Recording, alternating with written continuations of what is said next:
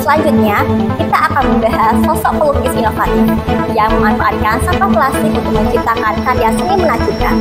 Rekan kami, Sandy Laluna Ramadhani dan Arinda Cinta Widiana yang sudah berada di tempat Mbak Fajar Maulana. Tempat karyanya dibuat.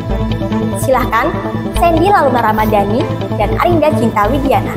Baik, dengan saya Sandy Laluna Ramadhani dari Kulik Berita. Sampah bagi sebagian orang terlihat tidak berharga, namun bagi pengrajin lukisan satu ini bisa disulap menjadi karya seni yang bernilai tinggi dan memiliki omset yang lebih tinggi juga. Penasaran? Yuk kita simak lebih lanjut. Baik, bisa kita mulai wawancaranya, Pak? Iya, bisa. Untuk apakah inspirasi Bapak untuk memulai berkarya menggunakan sampah plastik ini? Baik, saya membuat lukisan yang dari bahan sampah plastik resek ini. Contohnya seperti ada yang di belakang ini. Dulunya saya awalnya terinspirasi melihat sampah plastik yang berserakan berada di sekitar lingkungan, terutama yang ada di jalan, di tempat sampah, di selokan. Nah, saya terinspirasi di situ. Jadi saya melihat sampah yang berserakan di jalan, di tempat sampah, di selokan. Saya terketuk hati saya dan saya berpikir, untuk apa sampah plastik ini bisa saya manfaatkan biar menjadi nilai ekonomi yang pertama, dan yang kedua biar tidak menjadi sampah yang ada di lingkungan. Makanya saya terinspirasi dari situ. Terus saya berpikir, mempunyai ide, mencari ide, akhirnya saya mendapatkan ide. Seketika itu langsung mempunyai ide. Ini saya ambil lah, bagaimana caranya bisa saya manfaatkan untuk menjadi berbagai kerajinan. Tapi awalnya saya membuat kerajinan bukan lukisan, tapi beberapa kerajinan yang lain, seperti itu songkok, tempat tisu, celengan, tempat pensil, jam dinding, berbagai macam kerajinan. Setelah itu saya berpikir lagi bagaimana caranya bisa saya manfaatkan menjadi kerajinan yang lain. Akhirnya saya ketemu dengan yang namanya lukisan. Lukisan ini akhirnya saya bikin dan jadi. Ya, makanya selain kerajinan lukisan, sebelumnya kerajinan yang lain sudah banyak. Nah, seperti itu. Inspirasinya jadi melihat sampah plastik yang berada di jalan, di selokan, di tempat sampah. Dari situ saya sangat prihatin dan bagaimana caranya sampah plastik nggak berserakan di jalan, di tempat sampah. Akhirnya saya ambil sama manfaatkan menjadi sebuah kerajinan, sebuah karya yang mempunyai nilai ekonomi juga, bisa terjual juga. Oke, baik. Bisa ceritakan Pak, bagaimana proses atau langkah-langkah, bahan dan alat yang Bapak gunakan saat membuat lukisan dari sampah plastik tersebut? Baik, untuk proses membuat kerajinan lukisan ini, itu awalnya itu sampah yang saya dapatkan dari sekitar lingkungan. Selain itu juga saya mempunyai pemulung yang saya khususkan untuk mencari yang namanya sampah plastik yang berada di lingkungan. Pemulung tersebut mengambil di lingkungan, terus dikumpulkan. Setelah dikumpulkan pemulung, dia menghubungi saya. Setelah itu saya ambil, dan dari sampah plastik diselokan di jalan, di lingkungan, diambil pemulung, itu dijual oleh pemulung dan saya beli. Setelah sampah plastik dari pemulung tersebut itu saya ambil, saya bawa pulang. Setelah dapat sampah plastik dari pemulung, saya bawa pulang, saya proses selanjutnya yaitu pencucian.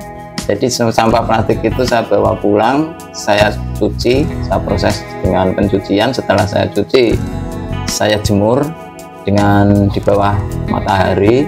Setelah jemur, langkah selanjutnya setelah jemur kering, langkah selanjutnya kita sistem pemotongan. Sistem pemotongan itu plastik dipotong dengan cara memanjang. dan apa ini setelah dipotong dikepang seperti kepang rambut. Untuk bahannya ini seperti ini Mbak, untuk bahannya ini dari sampah plastik yang ada di solokan, di tempat sampah, di jalan-jalan. Jadi ini bahan yang ada di lingkungan, sekitar lingkungan kita. Jadi bahan seperti ini, sampah plastik, kami manfaatkan menjadi sebuah karya, yaitu karya lukisan dan berbagai macam kerajinan yang lain.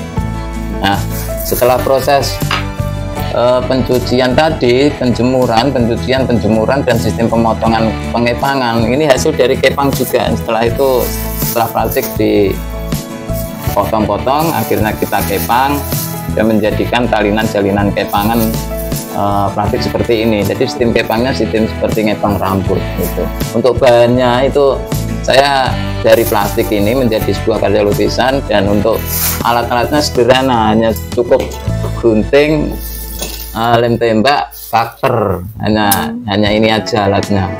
Jadi prosesnya hanya ini, alatnya sederhana, dan untuk bahan selain plastik itu hanya memakai lem atekut dan lem bakar, lem tembak. Nah, setelah proses ini pengepangan plastik tersebut, itu kita tempel di sketsanya lukisan. Ini seperti ini belum jadi, ini baru sketsanya. Setelah ditempel-tempel dengan jalinan talinan kepangan plastik, itu akan menghasilkan lukisan yang seperti ini. Ini sudah jadi lukisannya itu Mbak. Baru finishing, nanti finishing akhirnya setelah saya semprot dengan memakai clear, pengkilap. Setelah pengkilap selesai, baru kita memakai kita pasang dengan bingkai agar supaya tambah menarik, bingkai figuran. Oke, baik. Apakah Bapak memiliki pameran atau acara mendatang untuk memamerkan karya Bapak? Baik Mbak, untuk pertanyaan selanjutnya tentang pameran, itu kedepannya itu emang saya akan mengikuti pameran yang insya Allah kita carilah. Soalnya apa? Untuk akhir-akhir ini emang kan baru masa-masa transisi di negara kita. Jadi insya Allah nanti kalau ada kegiatan pameran, ya tetap saya ingin mengikuti pameran-pameran yang diadakan beberapa instansi. Biasanya seperti itu.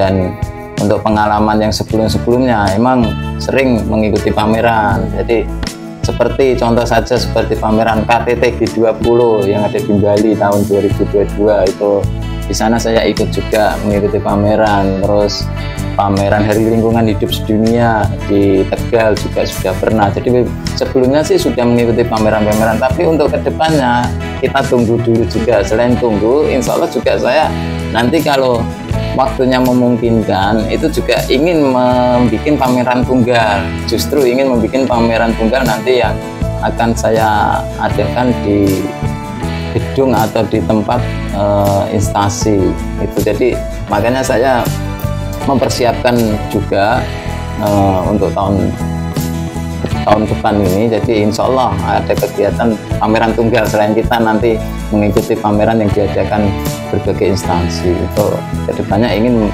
mengadakan sendiri pameran tunggal justru. Itu ya. Oke, baik. Apa saja tantangan yang Bapak hadapi saat membuat lukisan dari sampah plastik? Untuk tantangan Mbak ya, untuk tantangan itu sebenarnya sangat dibilang malah nggak ada tantangan sih. Soalnya banyak ada di sekitar lingkungan, sangat mudah didapat. Terus untuk bahan yang selain plastik itu cuman ini juga lem, alatnya juga sederhana. Sebenarnya kalau tantangannya sih hanya pemasaran Mbak. Kita butuh pemasaran yang lebih luas. Jadi bukan hanya di lingkup di lokal di daerah saya sendiri, enggak. Saya ingin yang lebih luas.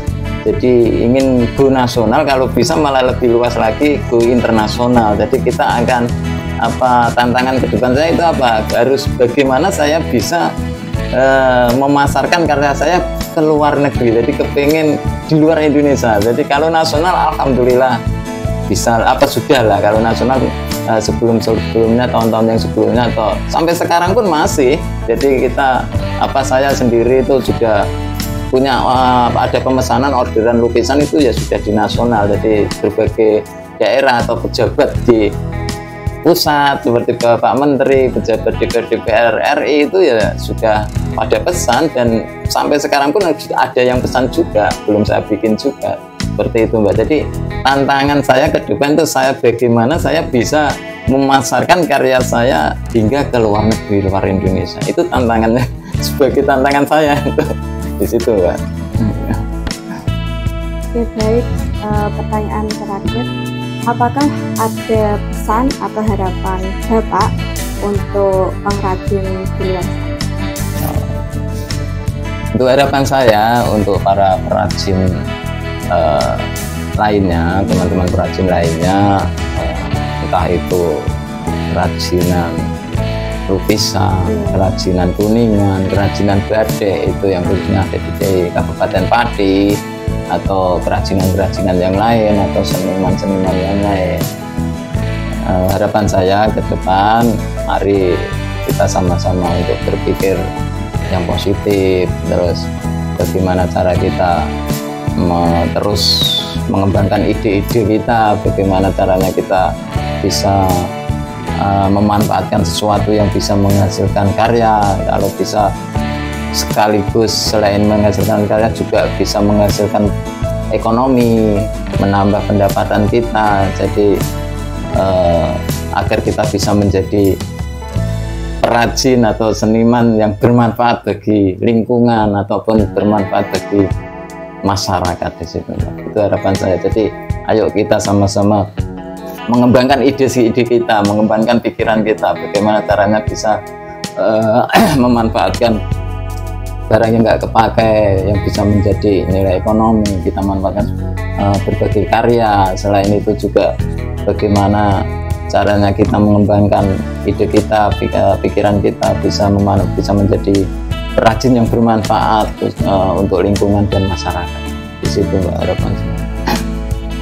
Dan selain itu juga untuk harapan generasi muda, untuk adik-adik generasi milenial, generasi Z, yaitu tadi kita jangan